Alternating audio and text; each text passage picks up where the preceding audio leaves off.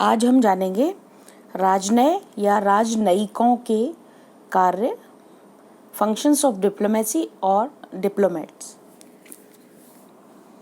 प्राचीन हिंदू नीति शास्त्रों में राजनय के 4 साधन या उपाय बताए गए हैं: साम, दान या दाम, भेद और दंड।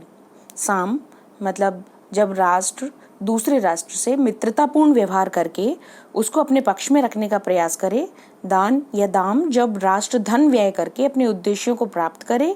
भेद जब साम या दाम से काम ना चले तो शत्रु के शत्रु से मेल कर लेना या शत्रुओं के मित्रों के गुट में फूट डाल देना वगैरह। और ये सब साधन असफल हो जाएं तब दंड अर्थात शक्ति या युद्ध का सहारा लेना। हम विशेष रूप से इस क्षेत्र में कौटिल्य को याद करते हैं।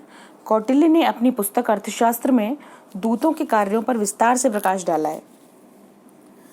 उन्होंने दूतों के कार्य बताए, जैसे प्रेषण अर्थात अपने राजा के संदेश को दूसरे राज्य तक पहुंचाना, संधि पालत्व मतलब संधियां करना और उनका पालन करवाना, प्रताप अर्थात अवसर के अनुसार विदेशी राजाओं को चुनौती देना, मित्र संग्रह अर्थात अन्य राजाओं के साथ मित्रता करना, सुहृद भेद का मतलब है शत्रुओं में फूट डालना, उपजाप मतलब विदेशी राज्यों में षड्यंत्र करना, चार ज्ञान अर्थात विदेशी राज्य के गुप्तचरों की गतिविधियों का पता लगाना आदि।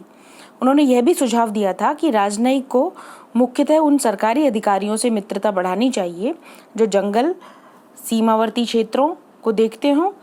राजनयिक को दूसरे देश की किलेबंदी, मूल्यवान खजानों का भी ध्यान रखना चाहिए।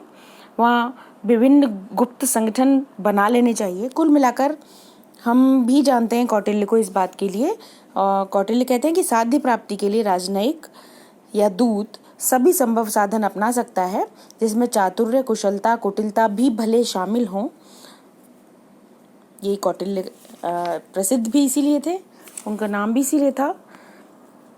अगर हम दूसरे आधुनिक भारतीय राजनयज्ञ सरदार पणिक्कर का मत देखें तो उनके अनुसार धूर्तता और कपट वगैरह से युक्त कूटनीति बहुत सफल नहीं हो पाती है। अब उनका मानना था कि बहुत से लोगों को सदा के लिए धोखे में नहीं रख सकते और जब ये भेद खुलता है तो राष्ट्र की प्रतिष्ठा को उल्टे बड़ा धक्का लगता है, नुकसान होता है।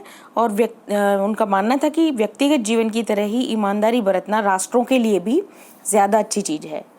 पामर और परकिंस कहते हैं कार्यों के बारे में, राजनयिक के कार्यों के बारे में, कि राजनयिक दूसरे देश में अपनी सरकार की आंख व कान होते हैं, जिनके मुख्य कार्य होते हैं अपने देश की नीतियों को क्रियान्वित करना, उस देश में रहने वाले अपने देशवासियों के हितों की रक्षा करना और अपनी सरकार को उस राष्ट्र की गतिविधियों के बारे में सूचित करते रहना। अलग अलग विद्वान इस बारे में अलग अलग मत रखते हैं। कुल मिलाकर राजनयिक के मुख्य कार्यों को निम्न बिंदुओं में रखा जा सकता है। ये हम स्लाइड पे देख रहे हैं। पहला कार्य जो डिप्लोमेसी का या डिप्लोमेट्स का कार्य कहा जा सकता है, अपने देश और देशवासियों के हितों का संरक्षण करना, प्रोटेक्शन करना। राजनयिक दूसरे देश में अपने देश और वहाँ रहने वाले अपने देशवासियों के हितों का संरक्षण करता है, ये उसकी ड्यूटी है। वह उनकी संपत्ति, उनके अधिकार और उनके जीवन पर यदि कोई संकट आता है तो वह उस स्थिति में उन्हें सहायता देता है। वहाँ रहने वाले देशवासी दूतावासों से किसी भी तरह के संकट में सहायता मांग सकते हैं।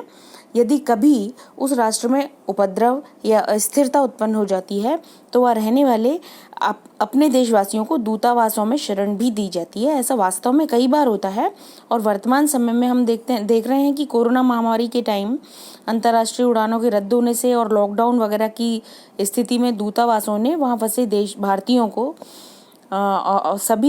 सारे दूतावासों ने अपने अपने देशवासियों को घर वापसी में सहायता पहुंचाई है। ये भी होता है कि कभी कभी जब राजनयिक संबंध बिल्कुल टूट जाते हैं और दूतावास भी शिफ्ट हो जाते हैं, बंद हो जाते हैं, तो तटस्थ देश जैसे स्विट्जरलैंड वगैरह देशों के दूतावास संबंधित व्यक्तियों की या दूसरे देश के नागरिकों की सहायता करते हैं। दूसरा कार्य जो हमें स्लाइड पर दिखाई दे रहा है, प्रतिनिधित्व का कार्य। राजनयिक का दूसरा कार्य रिप्रेजेंटेशन। राजनयिक दूसरे देश में या अंतर्राष्ट्रीय सम्मेलनों में अपने देश का प्रतिनिधित्व करते हैं। वो अपने राज्य या सरकार का प्रतीक होता है। वह खुद भले ही कोई भी किसी भी मामले में व्यक्तिगत राय कैसी भी रखता हो, पर जब वह दूसरे देश में अपनी कोई राय या विचार व्यक्त करता है तो वह अपने देश का ही प्रतिनिधित्व कर रहा होता है और उसका वह विचार उसके राज्य का विचार माना जाता है। वह अपने राज्य के प्रतीक के रूप में वहाँ होने वाले जो भी फंक्शंस होते हैं, सेरेमनीज होती हैं, जैसे विवाह या मृत्यु संस्कार, उत्सव होते हैं या फिर भोज होते हैं वगैरह में राज्य के प्रतीक के रूप में, राज्य के सिंबल के रूप में भाग लेता है।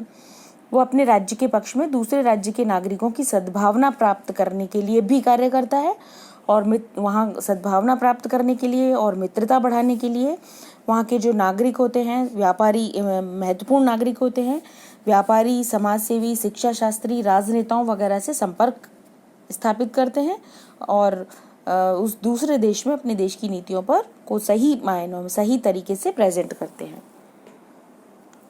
तीसरा कार्य हम स्लाइड पे देख रहे हैं। तीसरा कार्य है पर्यवेक्षण एवं प्रतिवेदन, मतलब ऑब्जर्वेशन एंड रिपोर्टिंग। प्रत्येक राजनयिक मिशन अपने देश को सामयिक प्रतिवेदन या रिपोर्ट भेजता रहता है। टाइम टू टाइम वो अपने देश को रिपोर्ट भेजता रहता है। इन प्रतिवेदनों में या रिपोर्ट्स में उस देश की जहाँ वो रहता है, जहाँ उसका दूतावास होता है, इन प्रतिवेदनों में या उस रिपोर्ट में उस दूसरे देश की आर्थिक, सामाजिक, राजनीतिक व सैनिक परिस्थितियों, वहाँ के उत्पादन, वहाँ के उद्योग, तकनीकी उपलब्धियों, शिक्षा में होने वाले विभिन्न परिवर्तनों का विवरण होता है। वह वहाँ सूचना एकत्रित करता है, उनका आकलन करता है और उसमें ये इतने बड़े पैमाने पर होता है कि उसमें एक्सपर्ट्स की भी हेल्प ली जाती है। इन सांख्यिकी आंकड़ों को अपने मूल देश में राजनयिक भेजते हैं, जिससे कि विदेश नीति निर्माण में या रिलेशंस का स्वरूप आगे कैसा होना है, इसमें मूल देश को सहायता मिलती है। राजदूतों का कार्य, एक और कार्य, वैसे तो वो गुप्तचर का कार्य उनका नहीं होता है, पर वास्तव में राजनयिक ऐसा करते और करवाते हुए देखे जाते हैं, पाए जाते हैं। चौथा काम राजदूतों का, बल्कि सबसे महत्वपूर्ण काम संधि या समझौता वार्ताएं करना, ये उनका सबसे प्रमुख काम है। वो किसी एक राष्ट्र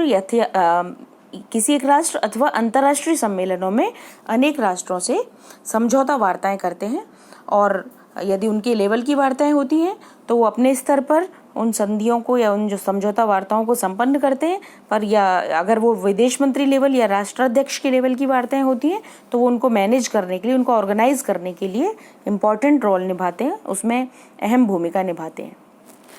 ये इनके महत्वपूर्ण कार्य थे। पांचवा काम हम स्लाइड पर देखा है, तो एक और अन्य छोटा जुड़ा हुआ कार्य है, इससे रिलेटेड कार्य है कि वे दूतावासों का आंतरिक प्रशासन या एडमिनिस्ट्रेशन भी देखते हैं। वो दिन प्रतिदिन की वहाँ की गतिविधियों का प्रशासन करते हैं, उनकी देखरेख करते हैं, वहाँ का नियंत्रण करते हैं। ये एक और उनका इससे जुड़ा हुआ एक छोटा कह सकते हैं हम इसको, ज़्यादा इम्पोर्टेंट इसे नहीं कह सकते, ये भी पर एक जुड़ा हुआ कार्य है। तो ये कुल मिलाकर के राजनयिकों के ये सब कार्य होते हैं।